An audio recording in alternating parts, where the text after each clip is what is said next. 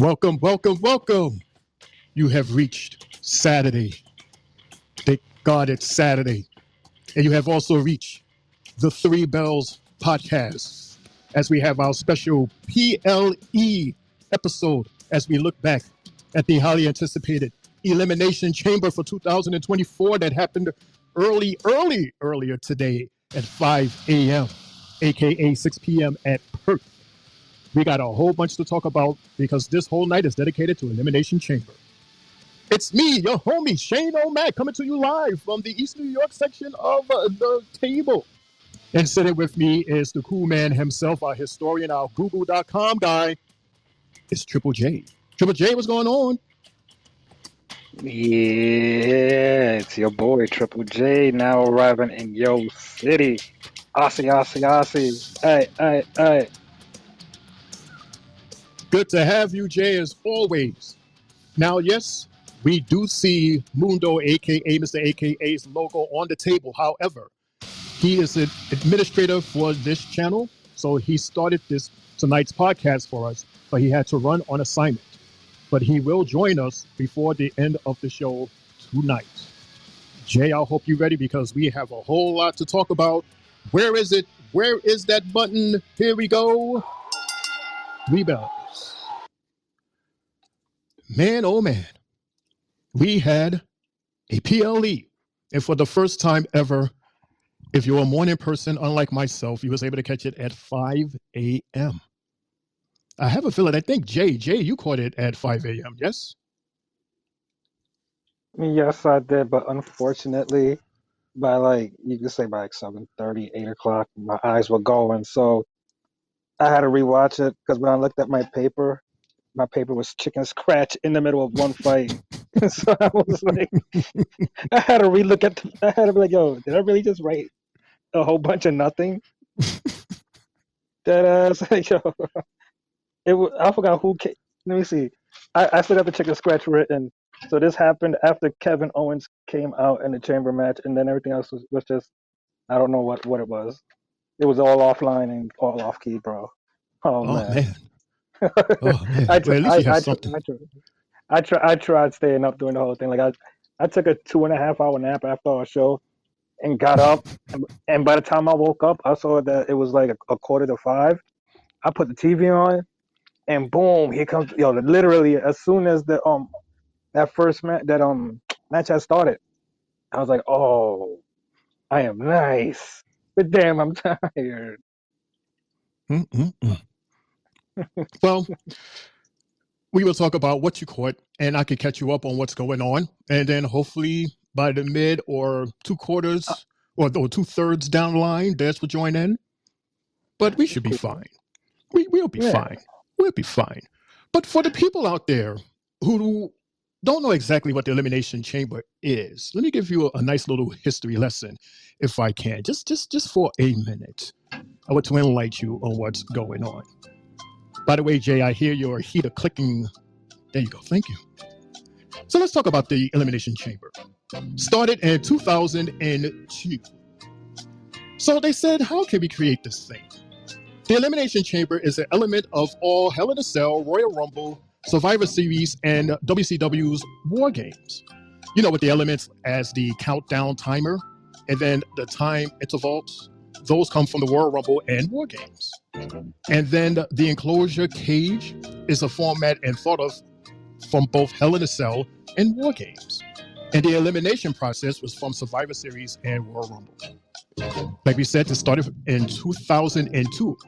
The first match was at Survivor Series, where you had Triple H, Booker T, Chris Jericho, Kane, Rob Van Dam, and of course the winner of that night, Shawn Michaels.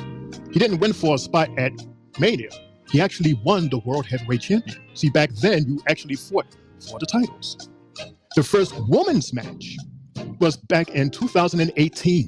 You had Bebe, Mandy Rose, Mickie James, Sasha Banks, Sonya Deville, and of course the winner of that match was Alexa Bliss. She actually won the Raw's Women's Championship. So the Elimination Chamber used to be it was considered a match for the special pay-per-views like SummerSlam and New Year's Resolution, December to Dismember, and then 2 back-to-backs No Way Out. It wasn't until 2010 that the Elimination Chamber became an official PLE.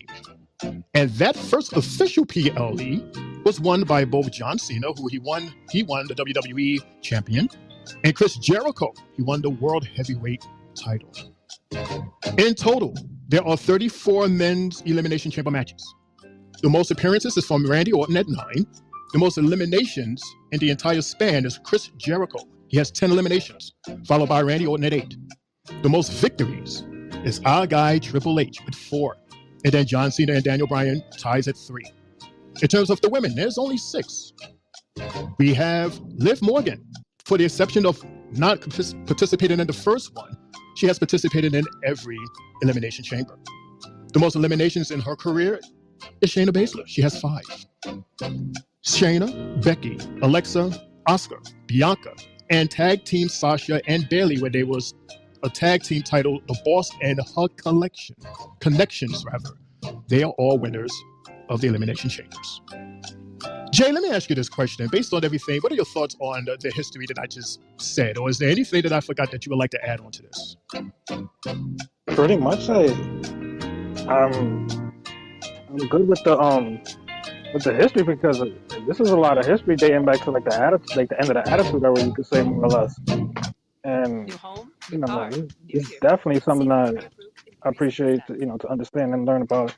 Everybody else that doesn't know about it, this is good news for them. And you see my guy's the king of the Elimination Chamber by winning 4. And I'm happy that they're making the women get into this more as well. And there's, as we noticed, there's never been a multiple time winner yet, as far as for the females. So everybody's still in the running to get their second one. Mm-hmm. I mean, it's still early for the women's. There's only been 6, so there's plenty of time for there to be like new records to be made and records to be broken. Because again, Liv Morgan has a record for the most appearance, and Shayna Baszler has a record for the most eliminations. So those can be broken in due time. So we say, hey, it's something good to know. So let's talk about it, Jay. But before we talk, I see we have a message. I want to play this message quick, fast from Spotlight. I made it. I'm in here with the 3 Bell Podcast Elimination Chamber recap. I said recap. Recap. How y'all doing? What's up? Shane O'Mac, Triple J, Mundo 24. Shout out to Lou Spotlight. Good to see that you made it. Hope you stick around. If you have any questions or thoughts, feel free to leave a message. So, Jay, let us begin the Elimination Chamber recap. Let's talk about the first match, which was the kickoff match, which was, by the way, thrown at us out of nowhere on, what was that, Thursday for the little press event they had. So this was a tag team. This was for the women's tag team titles. It was the Kabuki Warriors versus Australia's own Indy Hartwell and Candice LeRae. Jay, what were your thoughts on that match, if you can remember what happened? I definitely remember what happened in that match. At the moment, the way I was thinking about it was like, damn, we kind of knew who was gonna win, but at the same time, we will always want like the hometown person to win. And I was one who was like, yo, maybe there could be a title change. Like Indy and Candice were really trying out there, and they were really going hard. But damn, Asuka in this one really did their thing. I give them their kudos for being the champions and winning the match, which it's your basic pre-show match. We haven't got one of those in so long that it was something that I really missed. Like I remember certain years, we would get every month at least one good pre-show match prior to every show, and whether it be a title match or just a number one contenders match, it was something, or even a little rumble, it was something. So I'm happy with it, and even kudos to everybody that actually wrestled, and even Indy for doing it for our hometown, even though it was an early notice. But hey, this is what wrestling's about. Last minute notices. It's good for the crowd. What were your thoughts on Hartwell's and LeRae's performance overall? I feel they could have done more. but probably because of the spot that they had, they couldn't really display as much. Because from what I wrote that Candace was, Candace actually did more to me, and at that, Kyrie kept on doing a lot. So I was to the point where they was looking to eliminate at least one person out this match because I felt Indy being too much at home, you could tell that there was too much on her as far as with her wrestling moves because it wasn't all there. So like I said, Candice LeRae was the better out the two, in my opinion. So what you say that the reason for this is because they are still developing, or were they holding back to make the Kabuki Warriors look better? I felt like the match was only just put together just to make sure that there was another hometown favorite out there, for Okay. the crowd to enjoy. And why Mhm. not start off the pay per view or PLE as they say nowadays with that? So basically, this was a nice little let's butter up Australia with their very own as an opener. Yeah, correct.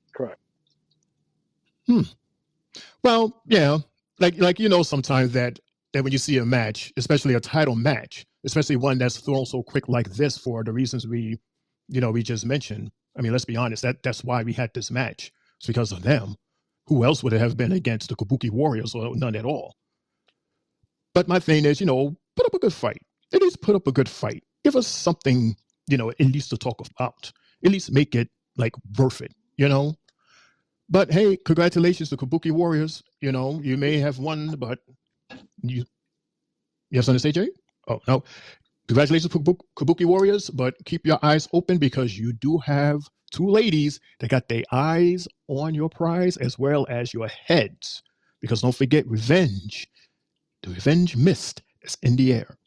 So that story to be continued. So let's move on to match number 2. Well, this is the official match. It's the women's elimination match. This match ran for a total of 32 minutes and 15 seconds, Jay. We had our 6 girls: Bianca, Raquel Rodriguez, Tiffany Stratton, Tifa Time, Liv Morgan, Naomi, and Becky Lynch. A couple interesting facts. Bianca, she won back in 2022. For Raquel, this is her second time. Tiffany or Tiffer is considered the youngest, or wants to be the youngest winner at age 24. Liv Morgan, like I said before, this is her 5th time, the most in women's history.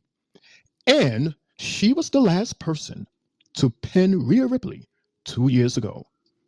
Naomi was in the house, still not feeling this new theme song, but I don't know, maybe eventually it'll find some type of rhythm and like it, whatever, but I still like the original one. And believe it or not, Becky Lynch, this is her first time in Elimination Chamber. She's a multi-time women's champion, but this is her first time in the chamber. So Jay, what are your thoughts on this Elimination Chamber, the women's edition? Well, with the women's edition, I like the way I was writing everything. I put that, Bianca got a pretty decent crowd pop. Raquel's pop was pretty light. Tiffy, wow, her pop was crazy. And by the way, Shane, I'm not sure if you paid attention yesterday, but with Tiffy's music, they played her old one, which is the one you played yesterday prior to the pre-show for us going on. And, she had her new one the week before that when she had her qualifying match. So on this match tonight, they played her new music. And it kind of caught me off as to why they went backwards with it. Like, to us fans, we just saw SmackDown yesterday and played the old music. They kind of screwed how everything went. So pretty much those 2 Fridays that we got recorded, they played one old, one new, or one new, one old. And I felt she got the biggest crowd pop. Liv had a decent crowd pop. Naomi's wasn't too bad. Becky, wow, her pop was crazy with the crowd. And also Naomi and Becky starting off the match, which was a good thing. We got to see the 2 vets started off in the ring.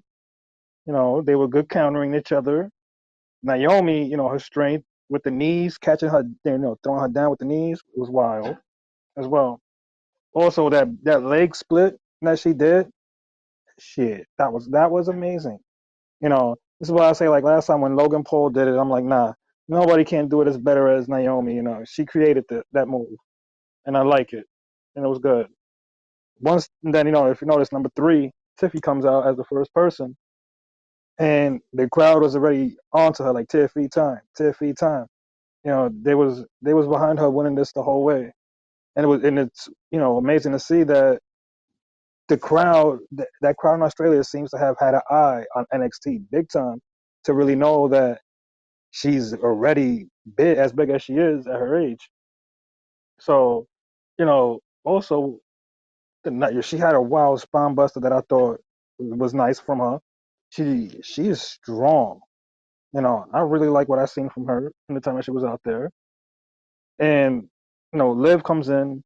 She starts tossing Tiffy back and forth between pods, and she had a nice little backstabber and code breaker combo that I thought was cool. And her skills were meh at best, but she did her thing also. Tiffy also was stomping her out wild to stop that momentum that she had. And then Becky comes from behind with an exploder, then a sunset flip powerbomb. Tiffy took out Naomi, being to be the first one gone, which now that to me also sets up a possible feud between the two because we got to pay attention to how storylines start in this day and age. So that's one I'm gonna keep an eye on for future reference. And also Bianca comes out after, and you know Tiffy tries to lock her in the pod and whatnot. Also, that sit down senton from Liv was not bad. Also, when Liv took out Tiffy, the crowd was yelling bullshit. They was not too happy with what they got from that because they expected Tiffy to last pretty long, and so did I. So did I. I really Do you, expected. Talk do to you me. remember the other moment where the crowd yelled out bullshit? There was 2 It times. it was man I just had put it on a few seconds ago. It was when Raquel kicked out of 3 of the girls that had pinned her at the same time. Remember Right, that? right. Who They was it? Was it expected her to Naomi, stay down Tifa, and and who was live it? And Liv. and, All and 3 of live. them pinned her, and she kicked out. Like that's not even Nia Jax. I can understand if that was Nia Jax doing that to them, but damn, Mm-hmm. it's just it's just showing me that okay, she got strength, so the strength is overbearing for her. But yeah, that was like, eh. And then even Raquel came without no makeup on, so she looked totally different. I was There's like, a okay, story behind that. Are you aware of the story behind that? well, behind her, we're not wearing the makeup tonight. Yeah, I think something happened like on her way there. Um, Not exactly sure, like word for word, but it was something about her laying on a flight and like the pillow or something swelled up her face or something like that. So she just went out there like without no makeup, something That rather something like that. that's wild. I Because you would looked not at have. her, and it was like, yeah, that's yeah. Why did she look so like plain? Like it was like her face was just plain, and not to say that she was like bust or anything. She just looked different because she was like literally without makeup. I mean, I thought she looked fine, and she still did her thing big time. It was just Right, like concerned, just making sure that she was all right. I was like, yo, there's no. I was like, yo, what's going on with the makeup here? Normally we get her with something on, and I thought maybe she caught like a bad sunburn or something being out there for that Mm-hmm. time that she was there. So Yeah. I like that she had did that double Tejada bomb. I thought that shit was wild that she did. Like they got to keep on pushing her and displaying her more now that she's back because she's definitely a force. I don't like it's hard. Like it's hard to even think about. They gotta really do something with these belts and like we've been talking about with it because now the women are here and now they're starting to get healthier to the point where we're seeing them all more now. So you know, even with the outcome of this match with Becky winning, is as I was seeing on Twitter and everything, a lot of fans were like, "Yo, this was too predictable. Like, you sold us Becky for quite too long to not Mhm. feel that she was gonna win this match. Like, it was already shown from that press conference we got, and that when she confronted her on Raw and this and that, it's like, the women overall gave it their all in this match and did their thing, in which I wish it was maybe a little bit longer, this to display everybody's full potential in this match. But you know, excuse me. But yeah, I don't. I wanted somebody else besides Becky to win. But at the same time, we as fans also had to like break it down and look at the fact that Rhea's a Raw champion and all the SmackDown competitors in there are just basically there to be there and be displayed a certain way. So, you know, odds on favorite, one. The one that we've been seeing on TV all this time, one. But is it getting over on for us on her to be in that position again? No. It would have been good to see someone different. But hey, we got the man versus mommy. So let's see what type of a build up we get later on down the line. Well, I will say this about the match. Like, first off, I enjoyed the match. I love the match. These girls, these women, they were going in. And my number one superstar of this match, of course, was Tiffy Time. She has definitely proven her place here in WWE. She had already showed us that on Friday, and then definitely did it again today. Hell, she had the first elimination with Naomi. She eliminated Naomi. And then Liv eliminated Tiffy. Boo. Bianca, she eliminated Raquel. And then Liv, shout out to Liv's hands for giving Bianca Belair a butt smacking. But then eventually Liv eliminated Bianca. And then right after that, Becky eliminated Liv. And then Becky wins. So congratulations to Becky for winning her chance at Royal Rumble. But again, fans' favorite was definitely Tiffany. Tiffany Stratton, y'all. Speaking of winning, you know who else is winning? The Three Bells podcast table. Because guess what? Our guy, Mundo, aka Mr. AKA, is back from his assignment. What's going on, Mr. Mundo? How are you tonight? What's up, man? Did you miss me? Did you miss me, Shane? Did you miss me, Triple J? What's going on, fellas? It's Mundo in the building. I was listening in, and there's nothing much more for me to say onto this match because everything was said that needed to be said. Like I agree with you, Shane. My MVP of this match was definitely Tiffany Stratton. I was thoroughly impressed by her, and it was so weird to me that in the middle of this momentum that she had, she got eliminated. So it was kind of weird, but she's still the baby of the group. I definitely want to see more of her. I get she did exactly what she was supposed to do, turn us into believers and fans. Um, just real quick, Raquel, that was a hellacious powerbomb that she pulled onto Bianca Belair. Shit's crazy. It's a stiff ass chokeslam that she did to Liv as well. Um, that that double Tahada bomb was also crazy that she put onto Becky and Liv. Um, and then Bianca hits her with a really nice, clean, impressive KOD. And yeah, you guys already spoke enough about the match. To me, that was my favorite match of the night. And that's all I got to say. What's going on, fellas? Des, let me ask you this question because you just made this question hit my head. So who you say because tonight Raquel proved just how strong she is with those moves that you just mentioned. Because only someone as strong as her can pull that off. So who would be that person that would definitely give her a run for the money? Like, it seems to me that she's up there as the strongest with like Rhea or like with Bianca. Like, is it fair to say that she's up there like on an even line with them or even stronger than them? Des and then Jay to follow? I would say yes. I think they were kind of going in that angle before she was, she just disappeared on us, because I think that she should have got a fair one-on-one match. But, they wound up doing it. Like, every time she gets a chance at something, it always ends up being like 4 or 5 other people in the match. But, yeah, I agree. She is in line, maybe just a tad bit ahead of Bianca and Rhea, because she has the stature as well. She's tall. So, it helps her even more with her strength. You know, but I mean, Bianca's strong as shit. You've seen the way she lifted Raquel up without any issue. We've seen her walk around with fucking Otis. So I don't doubt her strength either. But I mean, as far as like height and body wise and all that, I would give it to Raquel. Jay?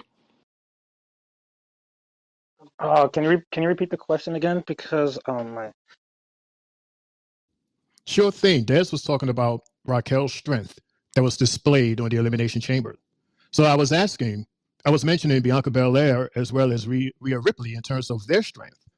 So with their strength and Raquel, is Raquel's strength like on the same line as theirs, or if not a little stronger? I would say Raquel's is right there with them based off of what we've seen tonight. She's there. Like, I would say, yeah. I don't know who else, will we add on to that list, but for sure Raquel, she's already shown us that she could do a lot.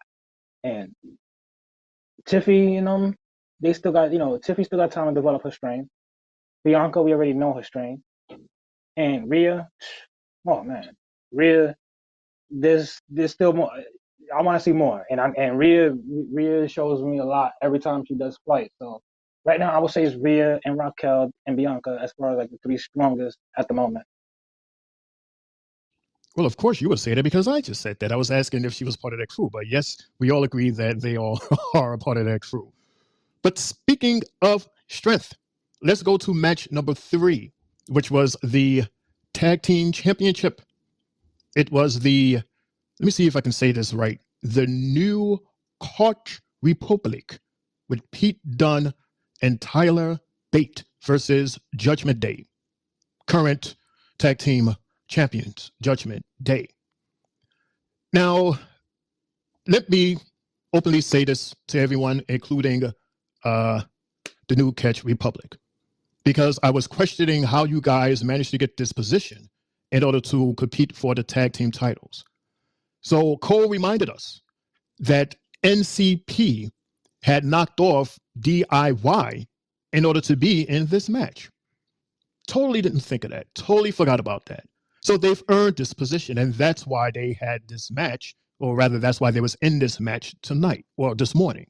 So I say to you guys, my bad. I apologize. I should have known that this was the reason why you was here. But I will say this.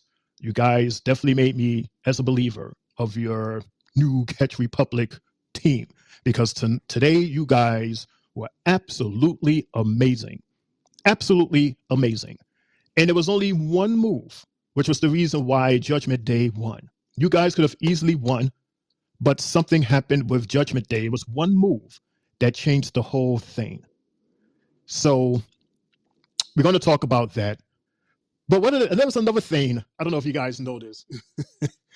They was talking about R-Truth. Why wasn't R-Truth there? Well, because R-Truth got it confused. See, we're at Australia, Perth, Australia. He was in Austria. Austria is a landlocked country located in Europe. This fool is in Europe. R-Truth, if you're listening, Australia is an island. It's a continent. It's a country surrounded by water. Des, I'm going to start with you and then Jay to follow. What are your thoughts on this match as a whole? Just lay it down on us, man. What were your thoughts? There we go. I really enjoyed the match. I'm sorry, I'm still not a fan of that name. That name is trash as hell to me. I'm sorry, they could have did better with it. But yeah, that was just part of my notes. So I just wanted to make sure I said it. But back to the match, I enjoyed the match. I mean, they gave it to Judgment Day for sure. And both teams actually were just doing a good job. You know, both strong, nice, strong teams. They were going back and forth. Tyler Bate had me cracking up with that long ass spin that he did on Damian Priest was hilarious. I don't even know how long that went for, but I mean, even he had to fall out a bit because I'm like, yo, he is going over the top with that shit. Did It you was count it? long. No, I didn't count it. I was too dizzy to count. I was getting dizzy. Oh It man, I was was like, long. mm-mm. That was longer than what's his name? What was the guy name that used to do that? Cesaro. Remember Oh when he yeah. used to spin people around like that? Yeah. Mm-hmm. I was just like, holy shit. But that was cool. Then Dominic, he got ejected for for cheating, but I don't think he ever left the arena side, did he? I mean, he was. I don't know. Like he was I think he was barking still there. whatever. Yeah, yeah. But anyway, at one point the fans started chanting, "This is awesome!" And then an impressive move that I seen was that double south of heaven from Damian Priest off the top rope. I was like, hell yeah, hell yeah. I mean, the amount of false finishes that we saw tonight in that match was crazy because they had me thinking, like, holy shit, maybe these guys might actually become new champions. Wait, hold on a second. They're kicking out of that. You're kicking out of this? Oh, ooh, okay. But all in all, it was a great match, in my opinion. Satisfied with the winners, Judgment Day. And Pete Dunne and Tyler Bates, my hats off to you guys. I would love to see more of your tag team moving down the line, moving forward. Jay? Honestly, this was a great match. I feel the crowd was really engaged with it because they were really into it as far as what Bate and Dunn were doing. Like Bate, it seems like his motor is on a $150. Like he's nonstop, he's quick, and I like the fact that he does that move where he spreads his arms on the ropes and bounces off and clotheslines you. I think that move is so fire. And then the other move that I like that they do is the clothesline German that they do as well. Also, that little airplane twist that was fire. And then that move that Dunn and Bate did called the Berman Hammer. Wow, that was fire as hell, bro. Like they really brung the heat, and they did everything possible to win this match because, I was one who was feeling like, damn, maybe we could have new tag team champions, you know, and maybe even with that part that this guy seemed to almost run into when Priest almost ran into Balor and he was like, oh shit, I hit him. That made me think right there, oh, maybe the tag team titles would be changed, but it didn't. You know, kudos to the champs for winning the match, and let's see what Judgment Day continues to build upon. The momentum that they've been having of lately. Good one, JD. I'm remembering the part of the match towards the end when Pete and Ty, they had Damian on the top ropes and they was about to do like the double suplex off the top rope. But then Finn came and he grabbed Damian like by like the ankles and like with all of his might held them down so they couldn't do the suplex. I think it was that move right there, that smart move right there, that gave JD the win. And here's a little something, I don't know if you guys noticed, but at a certain point during the match, the screen went black. The screen went black, but yet you still had the Elimination Chamber logo on the upper right-hand corner, and you still heard sound. So apparently there was some fans that was sitting like on the front, and they was giving like the middle fingers at Dom. Because remember, Dom was at the side, and they was giving him the middle finger, so they was trying to censor that out. So it wasn't no technical difficulties. They was just trying to keep it clean. And they was, screaming at Don, there's a wanker, and fuck you, Don. And then Finn had acknowledged the chant, and he was saying, don't say that. That's not PJ. But it's like, there's only but so much you can cover, and we will still know, the WWE Universe. We still going to know what's going on. And another thing that I noticed, I don't know if you guys noticed, Jay and Des, that at the end of the match, when Judgment Day was celebrating and they had their victory lap in the ring, Finn had something going on with his thumb. It was like it was bleeding a little, and it looked like it was like bent down, like it almost looked like it was out the socket or something. Did you guys notice that? I actually wrote that on my paper as well. Like literally the last thing I wrote because it was the last thing they showed us. So I put, Finn looks to have appeared to have broken his finger. So that could have happened probably during the match where he probably was getting his foot stomped quite a few times. I wouldn't be too surprised at that. That one of them stomps are actually real. And like with me looking at the match over at the moment, I'm trying to catch that point to see if I could see it myself from here. But it seems like they already had crushed his finger like twice already. So it probably already got messed up in between that time, like right before the airplane spin, probably broke it. Yeah, I just thought that he might have jammed his finger. Like, in basketball, players do that a lot. Or, might have dislocated it. and he was just trying to put it back in place. I didn't think too much of it. Or he might have just been playing into the whole situation that, Pete Dunne does. So yeah, I didn't think too much into it. Oh, okay. Well, I could possibly see something happening because, that Dunn, oof, he was putting the punishing on them guys' hands and fingers, man. I mean, his technical holds are absolutely amazing. And the last thing that was amazing to me in this match, the level of boo when Dom was on the mic to announce Judgment Day. Dez and Jay, oh my goodness. Was that like the loudest boo that this guy has ever received, or was there a boo that you can remember that was louder than that? Dez and Jay? That was loud as hell. Like, really, really loud. I'm like, holy shit. I mean, then again, we haven't had a chance to hear him try to talk on the mic in an arena with 50,000+ people. We're usually seeing it on a Raw, with like maybe 15, 13,000 people. So that was something to listen to. I was like, wow. And whoever decided to have him talk, that was smart, to get that extra, 25,000+ people to, boo on top of that, the regular 15 or so that we normally hear. So yeah, I was like, shit, he's over. Jay? This just shows us that how much of a heel he really is. Like he's worldwide hated, and shit. You could tell like the moment he tried to get loud, the crowd went 20 times as loud, and he was like, "Oh, maybe he should just shut up right now and just let them boo him because he deserves to get booed." And any little words that he said, and it's good. It's good for TV. It's good for the moment, and it's something that's expected. So Shane, you can take it off. You go ahead with it. All in all, it was a good match. Glad we had it. Once again, shout out and apologies and congratulations from me to you, NCR. And we look forward to seeing you guys fight again. And hey, maybe you get a chance at those titles again. You totally deserve it. Totally deserve it. So let's take a break. Let's take a break with the Grayson Waller Show with his bestie, Austin Theory. Did you guys know that Grayson is a former high school history teacher before becoming a WWE superstar?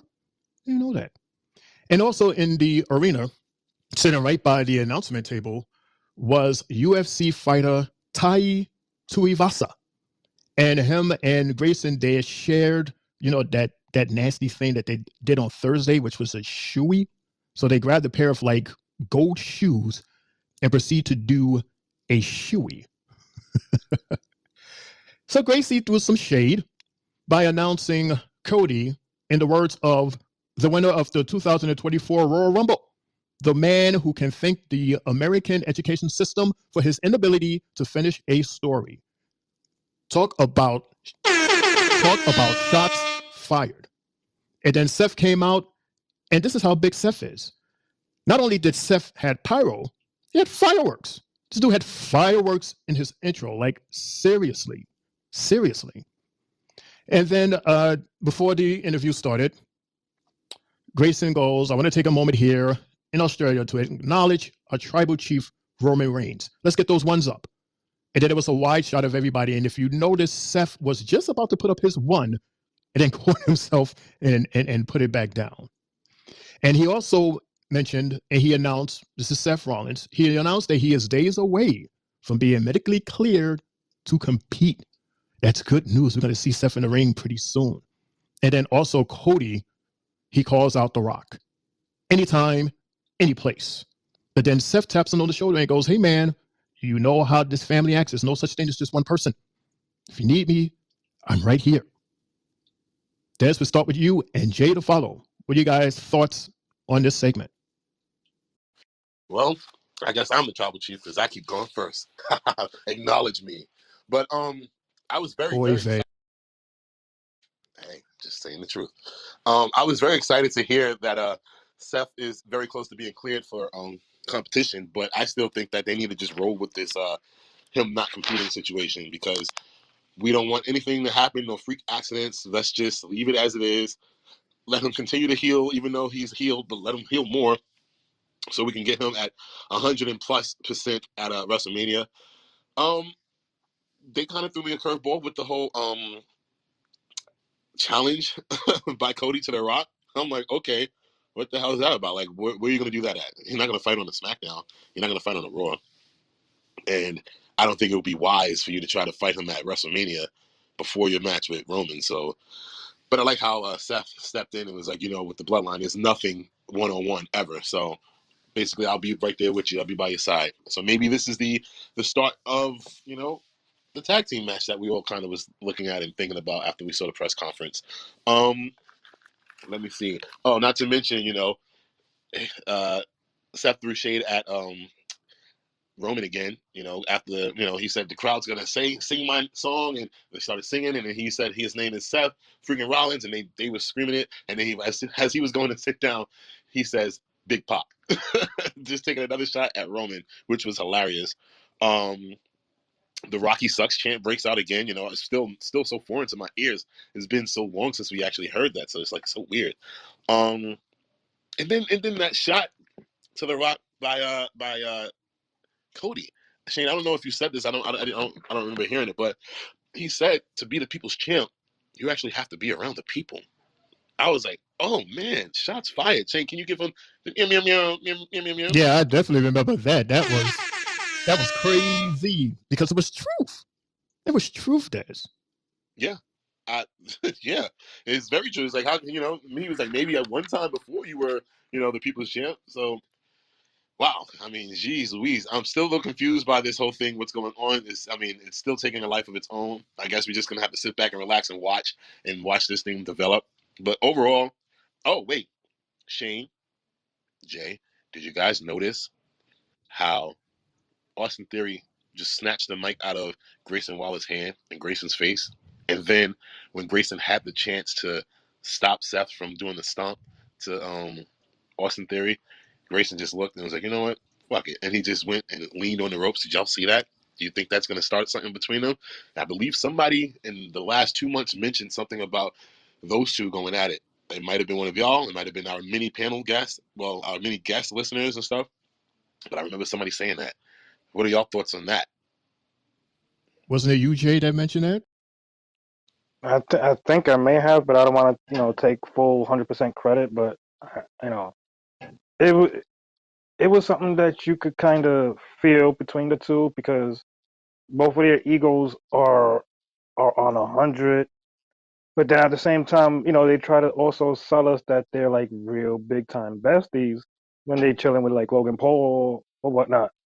But what we saw in this, he chilled back, and let the good guys take care of the good guys thing, you know. And also, I always felt there's also that Grayson is more of a baby face. You could just see it all over him. He don't got that much of a heel appeal. So Right. I hope, like I've always said, I hope he follows in the path of your guy, the Miz, because I could sense just the way he carries himself. He wears a nice fresh outfit every week, but not outfit wise, but he's very casual with it. He's very sporty. So it's something that I'm interested to see with him, down the line as he becomes a face, if anything. And good for Austin Theory to get fucked up. Good for his ass. I gotta say it like that. You know, he thought he could be in there trying to do the rock stuff. Yeah, right. Yeah, he got rocked out the ring. So do you guys see in the future when Seth and Cody gets together that it'll be possible that Grayson and Austin will some way, somehow interfere, especially with the fact that Grayson had this meeting with Roman? I refuse to believe that the thing that came out of that meeting was Grayson asking the people to acknowledge him before this interview started. I refuse to believe that that was the only thing that came out of that meeting. It has to be more. You understand what I'm saying? All of this Yeah. weight, all of this hype, and that's what happened? Des, seriously? Bro, I don't know, man. Because it's like, what was the whole point of the? Maybe they didn't watch their own show yesterday and forgot about that, and because I'm confused on what was the whole point of the last two shows on SmackDown, and the whole big deal that they were making with Grayson and Roman, because nothing came out of it. At least not yesterday or today. I'm fucking confused. The days are just crazy, but.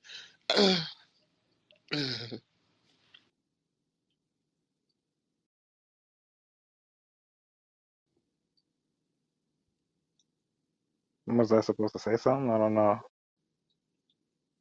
I was, jeez. Sorry, I got my pipes banging here in the background, so I don't know. Yes, we can hear the pipes banging at the end of each of your sentence. I thought you would have heard what I said. Do you see, like, after witnessing this? And no, I was going on this rant about how Grayson had that meeting with Roman, and all we got was Grayson asking everyone to acknowledge the tribal chief Roman Reigns.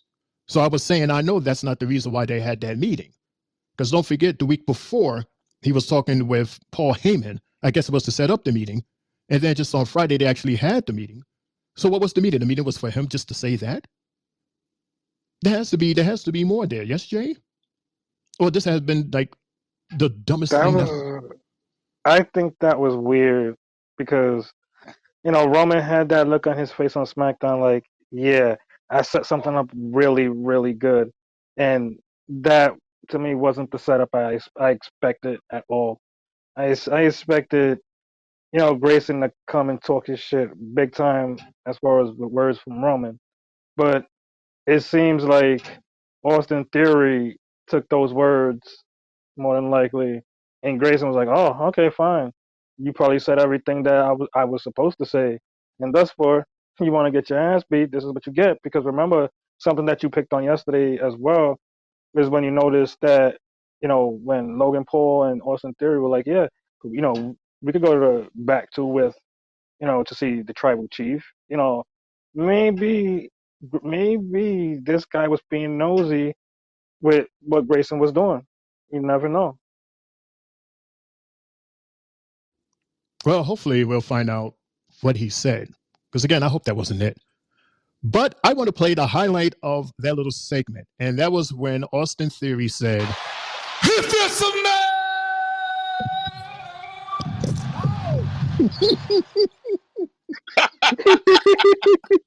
If you smell poof, poof, poof, poof. Shane, play it again, Shane. Play it again, Shane, please. Hold on. Let me see if I can find it. Hold on. This is on Twitter. If anybody wants to see it, it's like it's a top pick on Twitter. If it's a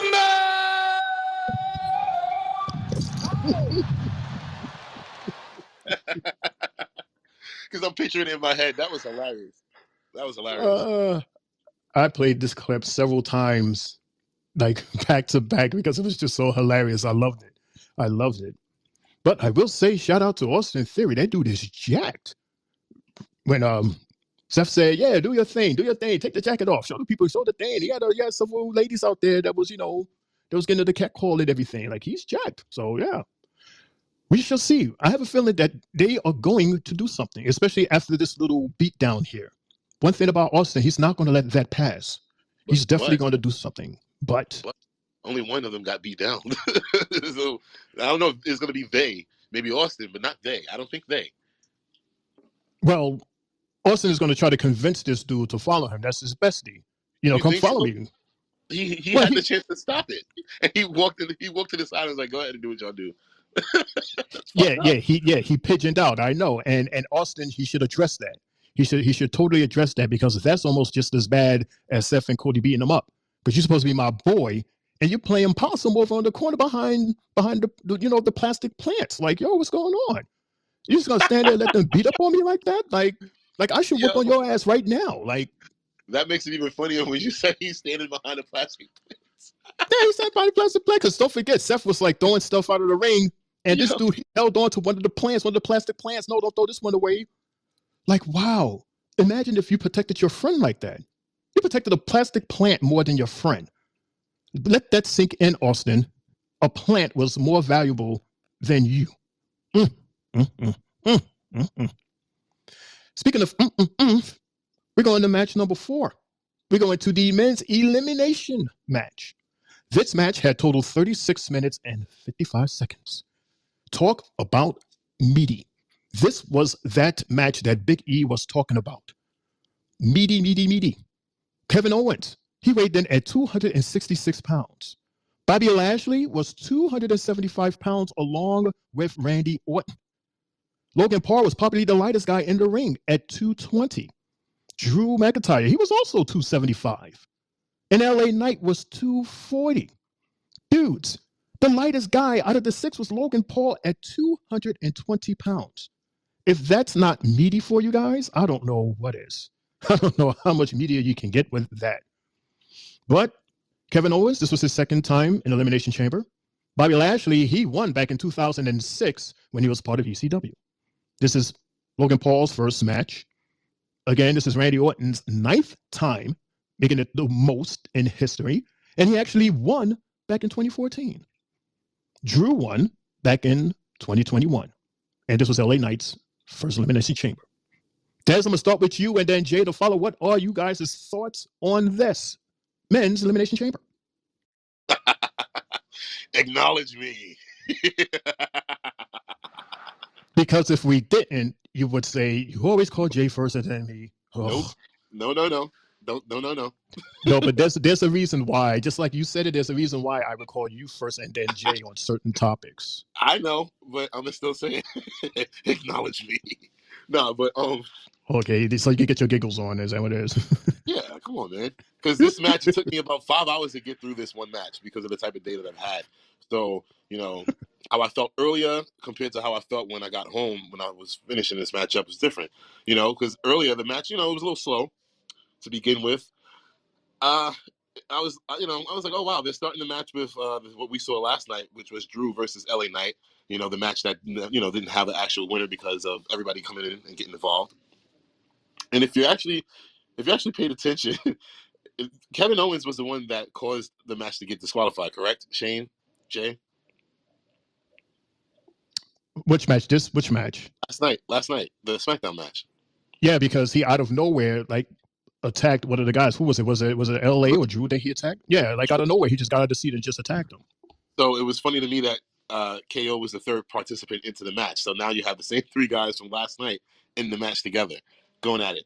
It was good interaction there. And then Bobby came in, and then he started doing his thing, the damn thing. And then and the arm was still taped up, even though it was a week later, but it was still heavily taped and bandaged and everything. And then Randy came in. And Shane's questions popped up tonight. That back. I'm assuming we're looking at a Shawn Michaels type angle when Shawn first came back after his 4 years off from his back injury. So I guess every match Randy's gonna have now moving forward for the foreseeable future, he's gonna be milking this whole back situation. It's cool. I mean, because it gives you cause for pause and make you wonder if he's gonna win the match or not. Makes you a little scared. But my highlight of that match was KO destroying Logan Paul inside that pod. That shit was hilarious. Man, oh man. He didn't even let this dude come out. He went in and said, let me close this door. I'm going to fuck you up. You've been talking about my mama. And he couldn't even open the door back up. And then he took him out and threw him into the other pod.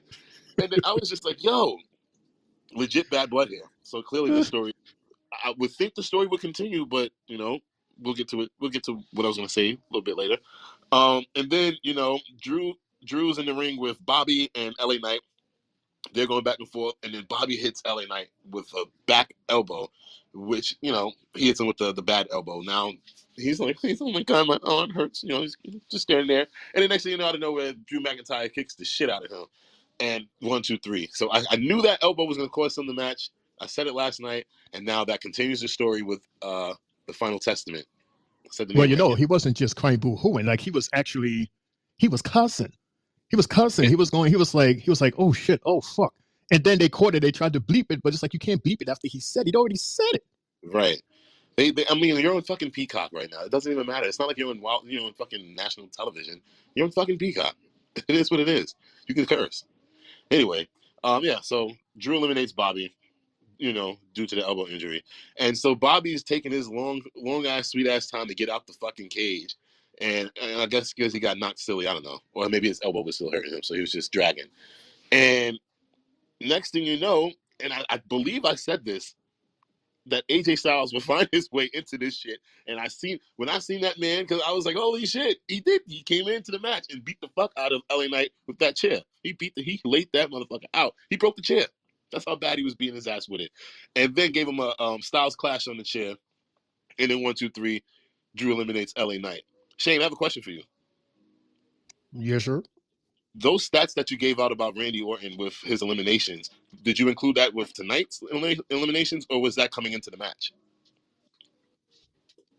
I think I got that courtesy of Wikipedia. So I'm taking it that was included in the matches tonight. Okay. Because all of these numbers was based on tonight. Okay. But yeah, I don't have any spots. I just have, the eliminations. And yeah, I found it crazy that KO got eliminated by Randy. I didn't see that coming. I thought that KO would have got eliminated by Logan Paul, since they are in their whole little situations. A spot that I do remember was Logan Paul taking that splash off the top of the pod. That was sick. And then, he pulls out the brass knucks. He's doing this whole long, drawn out shit. And then next, he looks up and he gets RKO'd. And then his ass gets eliminated by Randy Orton. And I was just like, good for you, stupid son of a bitch. You shouldn't have been in the match in the first place. That was the Miz spot. The Miz should have been there. But anyway, so now you got to hurt Randy Orton. My back hurt. And then you have Mr. Mean, Drew McIntyre, the last two. They doing their thing, whatever like that. And Randy hits this guy with the RKO. I kid you not. I'm in here like, yeah. I'm like, cover him, Randy, cover him. And then as soon as this nigga turns around, he gets snuffed in the face by Logan Paul with the brass knucks. I was like, oh, shit. Knocks this motherfucker out. I was like, damn. And then Drew got that cover for the 1, 2, 3, and here he go to WrestleMania. And I believe we all picked him, if I'm not mistaken. I know, Jay, you're going to fill in more because, like I said, this took me about a few hours to get through this one match. So, Jay, go ahead and fill in the spots because I know I missed a few good spots in there. JJ? Well, I'm not sure if you heard what I had said to Shane earlier, but like I was struggling to stay up. When this match had started, and I wrote a lot of chicken scratch prior to the match. I mean, prior to the match really getting as hot as it was going to get. So I had to start my day off by going back to that match, and you know, the crowd. I noticed through the match, the crowd was chanting CM Punk name at Drew as well, and I noticed also that the one part during the match where LA Knight was banging Drew McIntyre's head on the pod and Kevin Owens was inside his pod responding with air punches to Drew. I thought that was hilarious in one of them. And, also something me and Des was talking about the other day too, the chokeslam. They're starting to bring the chokeslam more because Kevin Owens had one himself and that was cool. Also the code breaker as well. And also what I noticed was that Logan Paul got put through the pod by Lashley, and no, Lashley put someone else through it, if I'm not mistaken. And one thing I did notice, when Logan Paul was in his pod, he drew with a marker on his glass KO sucks with him as a little happy smiley face thing. If any of you guys caught that part as well, and you know Kevin Owens, the two cannonballs, the swanton, you know, Kevin Owens was going in, and he was looking like he was deserving of getting that match just because of how he was going. But when he got eliminated as fast as he did, he was like, "Oh shit, something's up." And you know, yeah, Des, shout out to you, bro. You caught it. You caught it on that AJ Styles shit. That was just crazy how he ran right in there, gave him the Styles Clash. And like, yeah, I'm out of here. I did my job. I traveled 30 hours just to come do this to this guy and mess up his chances of even advancing into the championship picture. And that was cool. That was cool. Something I liked as well. And you know, kudos to Drew for actually winning the match because like I was telling Shane earlier, it was a lot of predictability, but at the same time, the wrestlers put their work in and made it more believable than predictable. And I was fine with what I saw coming out of that men's elimination chamber. Shane? So there's two things I want to point out here. The level of shade before this match even started. It started when Randy Orton stood on top of Bobby's pad and did the pose. That was shade. And then when LA Knight stood over Randy and did the LA Knight thing, that was shade. And then during the match, when Drew had mocked Punk with the go to sleep move, and this was after the crowd was throwing shade at Drew by saying CM Punk. There's a lot of shade that was going on here, and I loved it. But I will say for this match, all in all, my personal MVP, the guy that I enjoyed the most tonight, has to be KO. That damn Kevin Owens. Let me tell you something. When he grabbed Logan Paul and threw his ass in that pod and locked the door behind him and whooped his ass. And it also deserves a hand clap. And also deserves a hand clap. Where's your hand clap, Des? Also deserves a hand clap. So he is my MVP. Des, who is yours? And Jay, who is your MVP for this match? Oh, I told you basically inside of my little analysis, it was KO. I was like, he gave me the highlight of the night, destroying Logan Paul. That shit was hilarious. And like, I was at work. Was I at work? I don't know where the hell I was at. I was somewhere watching that, and it was just like, holy shit. And I was like, yeah, get him. Because I told you, like I said, I'm pissed off that The Miz was not a part of this, and Logan Paul's ass was in it. Fucking ugh. But yeah, that was my MVP, KO, for that specific thing right there that he did. But then again, Des, if The Miz was in this and not Logan Paul, then we wouldn't be able to see Logan Paul get his ass handed by Kevin Owens. That's why I'm glad Logan Paul was in it. Should we look at it that way? Because again, The Miz is going to be at WrestleMania regardless. But wasn't it awesome to see that happen to Logan Paul by Kevin Owens? Yes, it was very awesome to see that happen. I enjoyed it thoroughly. Jay, what about you, Jay? Who's your MVP, man? Well, my MVP for the match will also be Mr. KO himself because of the way he was just delivering in the match itself. And it's his never say die attitude that makes me like who he is. Like I said, also he had 2 cannonballs, a swanton, a stunner. He was putting out all his moves that he could do, and the clothesline he gave to Logan was hard as shit. Locking the pod, beating his ass. It's good to see, and I want to, like we all kept on saying, there's more to their story, and we want to see it. So let's get ready for the next series within those two. But I got a feeling they're adding someone else to the script based off of what we saw today. I mean, it was a couple of stories that was in here. Don't forget, you still got AJ and LA Knight. LA Knight is totally not going to let that breeze by. Just like you're not going to have Randy being, brass knuckle capped by Logan. He's going to get back on that.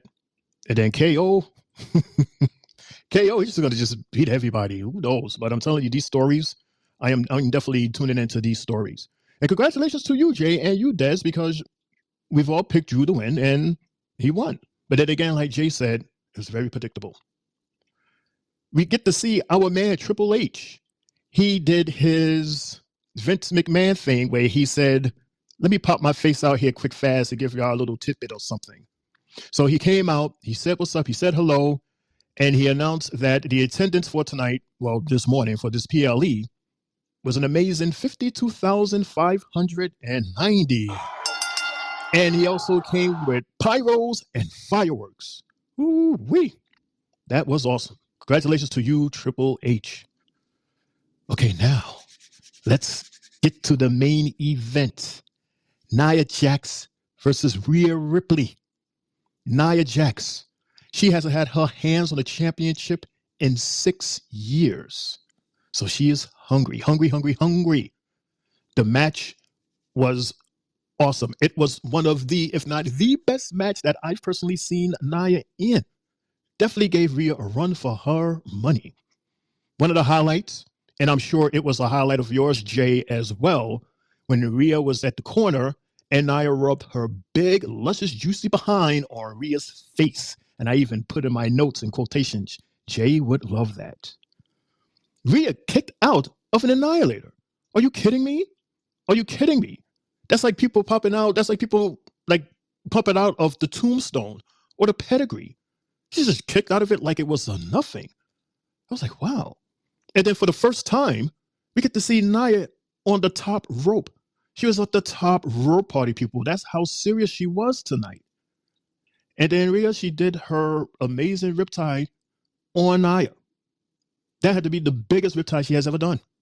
And she did it for the win. Congratulations to you, Rhea Ripley, remaining champion. But it was very close because Nia was dominating this match. And you would think, well, I'll put it to you like this here. I will put my money that if there were any place else where it wasn't the home of Rhea, Nia would have won that match. What say you, Jay, and then Dez to follow on that match? So yeah. Oh wait, my bad. Haha, yeah, you finally Ha wasn't ha. first on this one. I get the first one because Naya's my girl and not yours. So yeah, thank you, Shane.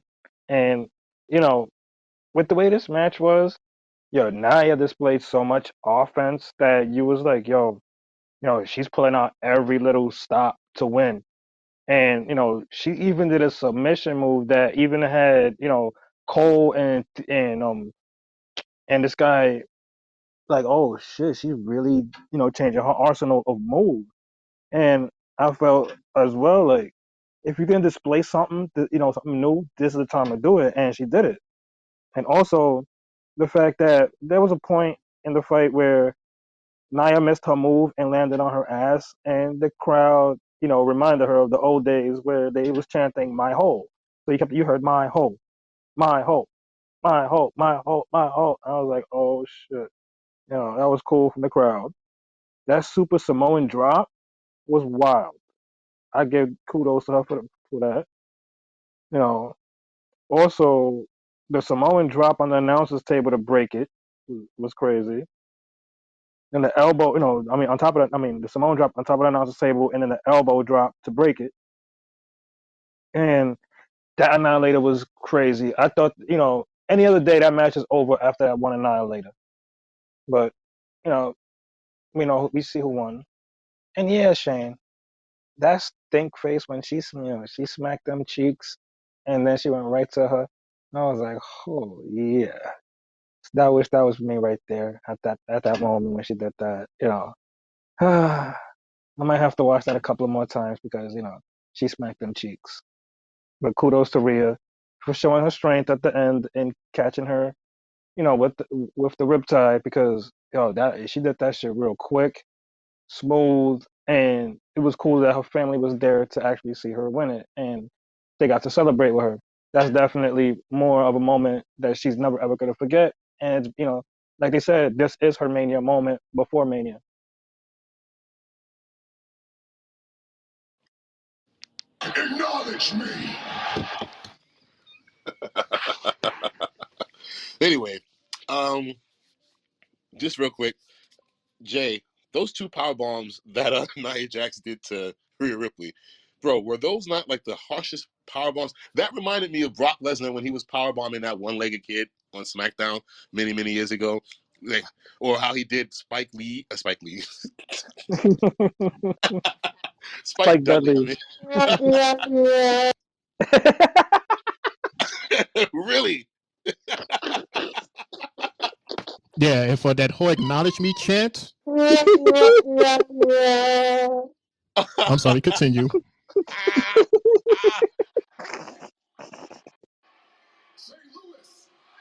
Three bells. Come on. Wait a minute, St. Louis? Nah, St. but Louis? Dude, we're in Perth. What do you mean St. Louis? I said three bells. Anyway, We're in Perth, yeah, Australia. those those were some powerful ass power bombs. I mean, matter of fact, did you guys see when Nia ripped Rhea earrings out of her ear? Did y'all see that? I did see that. It rolled off towards like Not Yo. off, but like towards like the middle when she hit her so hard. Like it looked like she kind of grabbed it and it just rolled. Yeah, I said, of is the that an earrings. earring? I was Both of them. like, holy shit. Yo, she was like a pit bull at the beginning of the match. Like she was going really hard. I'm like, oh my gosh. I'm like, Rhea, I feel bad for Rhea. I'm like, I don't think Rhea's gonna ever want to face her again. But yeah, like Jay said, that Super Samoan drop was awesome. Very impressed by that. I think that the call that they made for Rhea to kick out, I get it, it's to make her look stronger. But I mean, bruh, after being put through the table and whatnot, and then for Nia to hit the Annihilator, and this was after the power bombs. So I'm just like, how the hell did she kick out of that? And did she really kick out of that? Because I was looking, I'm like, it don't look like Rhea really got her shoulder up. That shit looked like it was a 3. But I get it, it was her home country and everybody's family was there. But if Vince was there, Vince would have made she would have lost because Vince don't give a shit where you from. You gonna lose. But yeah, shout outs to Nia Jax. That, like y'all said, that's the most offense that we got to see out of her. She looked very, very strong. Shout outs to Rhea. You're retaining your belt, and now you get to have your dream match against Becky Lynch at WrestleMania. Yay, Shane. Yeah, congratulations to Rhea for winning at home with her 13 plus family members sitting on the side cheering her on. Because come on, again, if you look at that match, Nia was totally dominating that match. Put your ass through the announcement table, did a Samoa jump off the ropes. I mean, come on. I mean, all the moves was there. She was putting a hurting on you. Just so after all of that, you do a riptide and then you win. You know who else was watching on the side? The Women's Elimination Chamber winner, Becky Lynch. Becky was standing on the side, and as Rhea was celebrating her victory, Becky goes, Enjoy your fireworks now, Rhea, because they're going to be going off for me at WrestleMania. It's official. Manny versus the man. That's right, it's official, y'all. It's Becky versus Rhea for the Women's World Championship at Mania, as well as Drew versus Seth for the World Heavyweight Champion. Bebe versus Io Sky for the WWE Women's Championship. Cody versus Roman Reigns for the undisputed WWE Universal Championship. But we still have the United States Champion, the Intercontinental, the Women's Tag Team, and the Men's Tag Team. So Des, I'm going to start with you and then Jay to follow. I just gave you like a rundown or half of Mania. What are your thoughts on that? Oh, let's go with Jay. We see Mundo is stepped away for a second. Yes, he did. Yes, he did. Can you repeat the question again? I was reading off basically the official matches for Mania 40. So I was asking, how do you feel about those matches thus far? Because we're still waiting for an official match for the U.S. title, the Intercontinental title, as well as the Women's Tag Team and the Men's Tag Team. So I was asking for your thoughts on what we have so far. So far, I'm intrigued by what we've gotten, and I'm pretty sure those storylines are the way we're seeing them, they're getting pretty much pushed more. So I do want to see what other stories we get, because what Elimination Chamber did today was, I think it really set up an extra 2 or 3 matches that has to be either split on night 1 or between night 1 and night 2 and everything. And I'm excited to see what's gonna be built. And just by the way, like I keep on saying, the way we keep on seeing all these women being displayed and everything, I keep on feeling, man, like, yo, they gotta add another belt. Something gotta happen. It's just too much now. And if there's any time to add anything, I'm hoping they do like I told you before, where when it went from the Divas title to the regular current belt that we have now. And I really want them to incorporate, like, maybe like how they would have the Andre the Giant Memorial Battle Royal. I would hope they would do a Battle Royal at Mania for like a new women's belt, like for like a mid card belt. Yeah, we could see that happening, almost like what they did at NXT. How they have that, what was that? It was like a 20-woman battle royal. Personally, I didn't even know they had that many women in the NXT division. I was like, wow, that was amazing. I could totally see them doing that, and it gives everyone a chance to get their feet wet doing Mania. I would say, sure, why not? And possibly introduce some more titles. What better place than to do it at Mania? However, if they're going to do that, Jay, are they going to do it like as a surprise, or try to advertise it like, as soon as possible, because that's big news, don't you think? That they're introducing new titles. So you would want to promote it ahead of time to help put seats in asses. And they get to advertise, the matches where the winner would have a chance to get the titles. But for some reason, I don't see that happening, at least in this Mania. I don't know when, just like we don't know when the hell this Jade chick is going to finally get in the ring. But who knows? Again, this is Triple H's era, which, See, by like the what way, you he did an awesome time. right, and look at what you're saying. Like you could put those two and two together right there. The 1+1, what you just said. Like if you're gonna incorporate like a new title or anything, and then you mentioned Jade's name. Just imagine this is like the setup for her, like similar to how AEW had did it, and she was like the first TBS champion, and she held the belt, because she was the fresh face, and they had her promote that division within a wave for the new wave. I wouldn't be too surprised if, there could be a plan like that in the works for her, and have her get a belt that quick. And if it's a new belt that's pushed, then maybe that's her moment. Being maybe it might happen at Mania, it might not. Like Triple H and Jade also said, the moment is coming. We just don't know when the moment is. So obviously, those two already have that plan in place. I mean, I don't know. Like, I'm not buying the fact that Jade is getting the chance at a title so fast. I'm I'm like, yes, I understand, and I don't know why I'm immediately thinking of Paige when she first came to Raw, and her very first match was a title match. Excuse me, and she won. On her very first goddamn match on Raw, she won. However, Bro, the crazy thing was she was NXT champ when she did well, that. there you go. She was already she already had her feet wet in WWE with NXT. That's what you're saying, correct? Right, yeah. She was the youngest NXT Women's Champion at the time. Yeah, there you go. And Jade is coming from a totally different circuit. So it's I don't know. Like I'm really like I'm dumbfounded right now because it's like, what are you guys doing? Like I'm really trying to root for her, but at the same time, I mean, think about it. If you was part of the roster and this person comes from another circuit, comes to your house, comes to WWE, and automatically is in the talks of going for a title over you, and you've been here for a couple of years now, you're gonna say, well, hey, wait a minute, what about me? You know what I'm saying? Like, I have fans, I have pops, I sell merch. It's not like I'm a bottom feeder or a jobber here. Like, I'm a big name here. I'm Triple J. You know what I'm saying? So I don't know. I'm just like first of all, I'm really not understanding why that's even in the discussion. First off, the fact that she's even in discussion to be in Mania, like just right off the back, while we were still in Royal Rumble season, they was talking about her and Bianca Belair at Mania.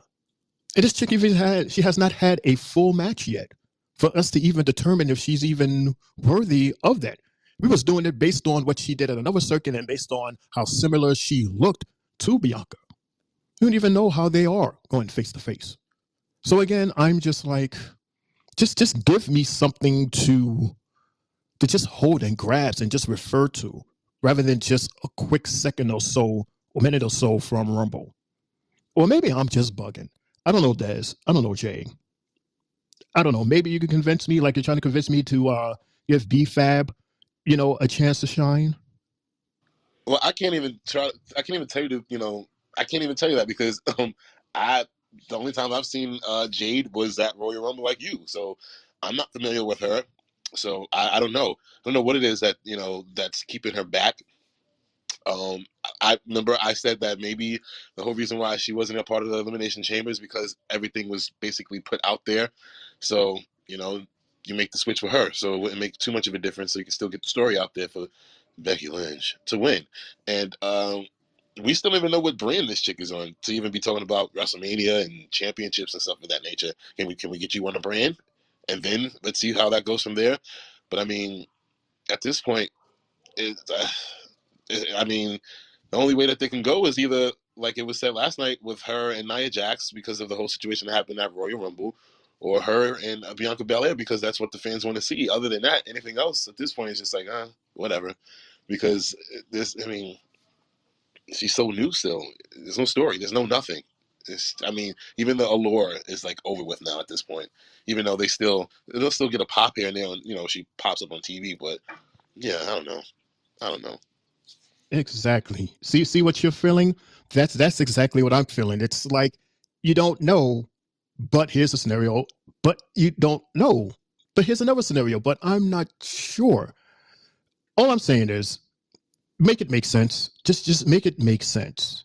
Jay, like you agree, right? I mean, unless you have like a more definitive idea as to what's going on, because Like I'm like dumbfounded. the only thing with me is that since they give us all the exposure to the what's going on with their lives as far as on the internet or whatever. I just noticed just the fact that she's a project, and you don't want when you like say us back in the days we were in school or whatnot, and we got a project to do, and we want to we need that grade to pass the class or whatnot, and we got to perform. you know that's what it is with in Jade.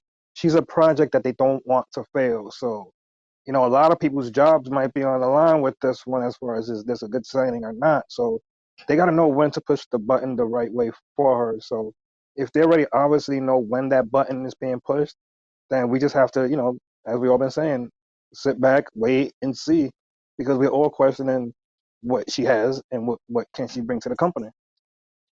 So you're basically saying that after WrestleMania, when they start the whole draft talk, maybe we'll finally get her placed somewhere, instead of, right now where, basically if you don't have a story going right now, you're going to just be left off of TV for the next few weeks or a few months.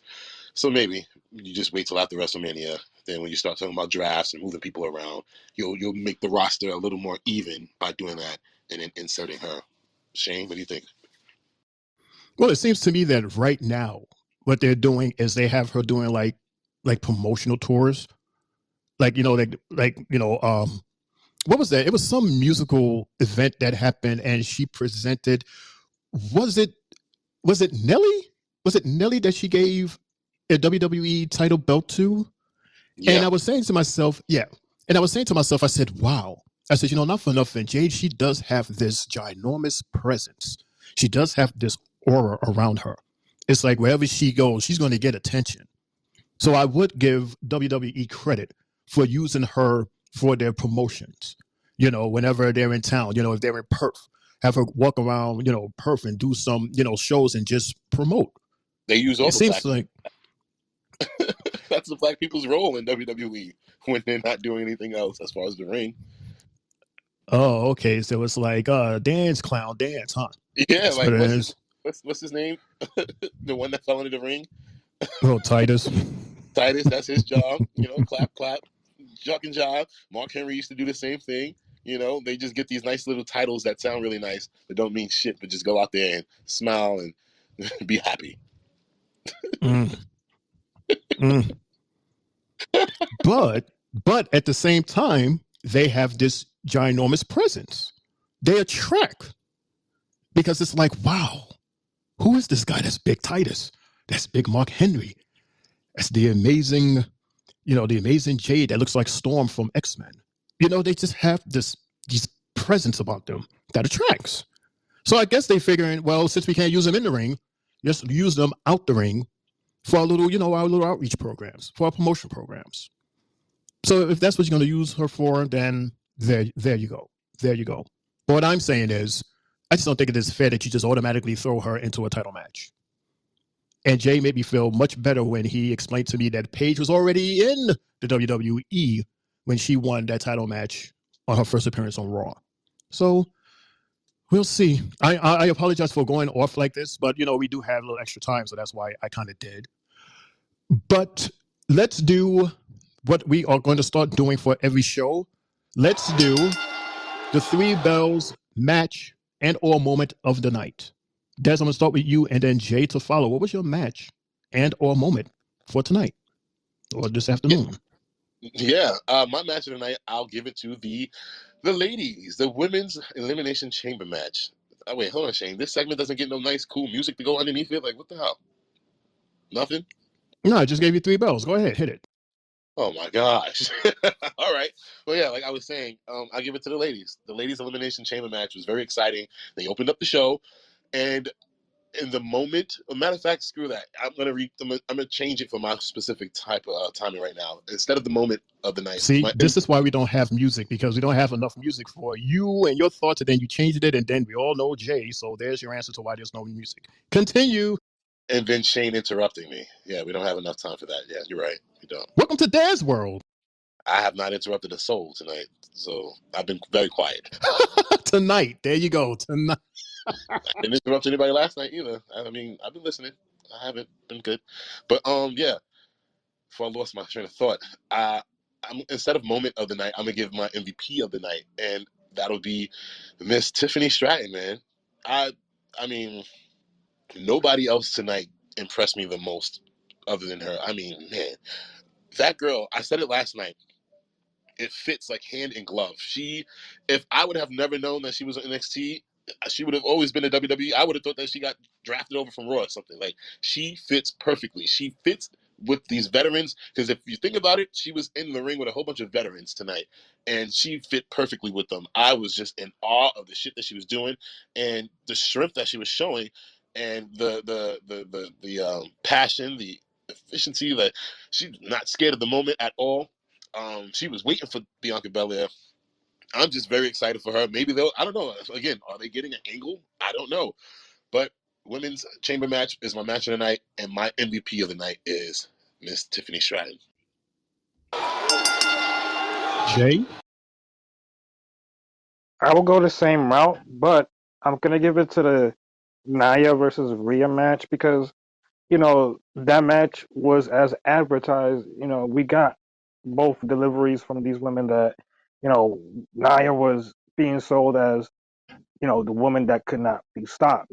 She ain't been pinned since September, and she was bringing out all her moves.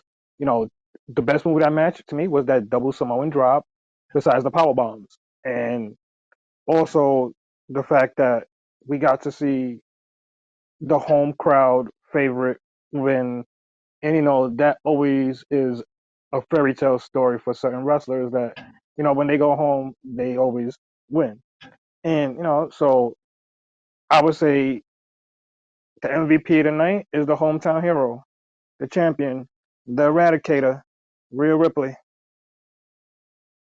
And since you're not speaking yet, I'm not interrupting. So yeah, I didn't get a chance to say this when we were talking about the women's elimination chamber match, but I meant to explain to y'all that when I seen that ending, I kid you not, I was at work and I let out the biggest sigh and like, oh man, even though we already predicted Becky to win, I put her as my winner. Just seeing it, I was just like, God damn it! I was just like, really? I don't think that was my biggest letdown of the night, because I was just like, we expected it, but to see it happen was just like, come on, man. Ugh. Shane? I hear you, man, and I agree. It's like, here we go. Here we go. Well, I'm sorry, Jay. Thank you for your 3 bells match predictions of the night. Thank you. For me, I'm going to say the match was Nia Jax versus Rhea Ripley. I have seen a side of Nia that I have never seen before. I was extremely impressed with Nia Jax tonight. And then Tifa time. She was very impressive also, and she definitely proved that she definitely belongs here in WWE. She is WWE. There's no second guessing about that. There's no what if. There's no let's see what else she can do. She's doing it. And she did it. And I'm going to throw shade. She did it quicker than Jade did, which is why I am on this what's going on Jade train. Because you have these other superstars that is coming in after her and is doing more and is winning our hearts and our respect and our wanting more. I want more from Tifa. I want more from Braun Breaker. I want to see more now from Nia Jax, who has proven tonight that she can give more, because she did. And I was extremely impressed by that. My moment for the night, of course, was when Kevin Owens grabbed that damn Logan Paul and put his ass in that pod and whooped his ass. That was a moment. And the other moment was when Mr. Austin Theory did the if you can smell, and they grabbed his ass and threw him in the corner. That was that was very satisfying to watch and to hear and to actually, if I can, fellas. If it's a man!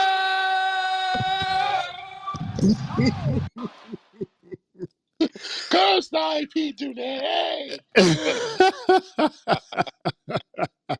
It's right there with them. It's right there. Des, I'm going to start with you since I have your attention. Why don't you give us your final thoughts, all in all, of the PLE, and then Jay for you to follow. WWE, don't you ever do this shit ever again. No. I get it. We're being fair to the other side of the world because they dealt with it for basically their entire life. But you guys are home. This is your home. This is where you're based. I can't take another pay-per-view like that where it was just all over. It was just too much for me to handle today. Trying to watch a pay-per-view that happened already, but not be spoiled hours and hours later. So let's not do this again. But overall, great PLE. You had to get it done because it was already on the schedule. Congratulations to Nia Jax.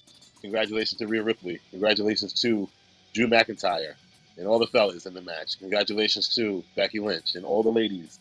Congratulations to the Judgment Day, Tyler Bate, Pete Dunne. You guys put on a great pay-per-view. Congratulations to the last-minute addition to the pay-per-view, the Kabuki Warriors and Candice and Indy. You guys did a great job opening up. Overall, I'll give you guys a B minus for the pay-per-view. Triple H, keep it pushing, man. I mean, I would have definitely rather a nighttime press conference versus that bullshit that we got on Thursday, but whatever.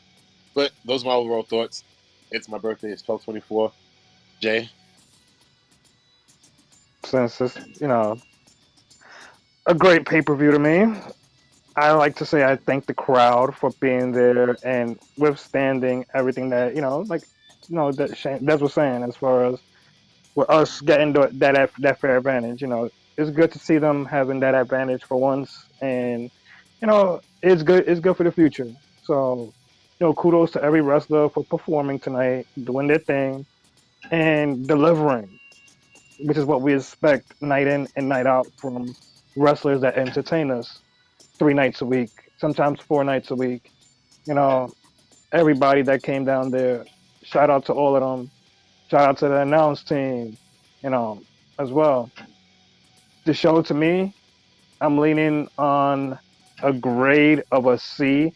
And the reason why I give it the grade level of a C is because we know on Monday we're going to see the outcome of everything. And I will see y'all guys on Monday. I would say that I really appreciate WWE for going through great lengths in order to deliver the Elimination Chamber the way that they did over a month. They went through all of that so that we can have the PLE that we had today. So I say thank you, WWE, and thank you to everyone that participated. Des ran down the list. Thank you, Des. And thank you guys all for participating in this PLE. I enjoyed it. I loved it. And I am really looking forward to this very interesting episode of Monday Night Raw. That's going to be hosted by yours truly, Mr. Mundo, a.k.a. Mr. a.k.a. Des. He's going to be the host for Raw, the Raw Recap Show, every Monday at 11:15. And then on Tuesday, we got our cool man, Triple J. He hosts our NXT at 10:20 p.m. every Tuesday. And then you got me, your homie, Shane O'Mac. We end the week with SmackDown recaps plus news and birthday shout-outs. That starts at 10:15 p.m. every Friday. And don't forget, if you're on YouTube, you can catch us on our YouTube page, The 3 Bell Podcast. It's your homie, Shane O'Mac, saying thank you so much for joining us out here tonight. We hope you enjoy. We hope to see you again Monday night. Good fight. Good night. Yeet. And as always, Yoki.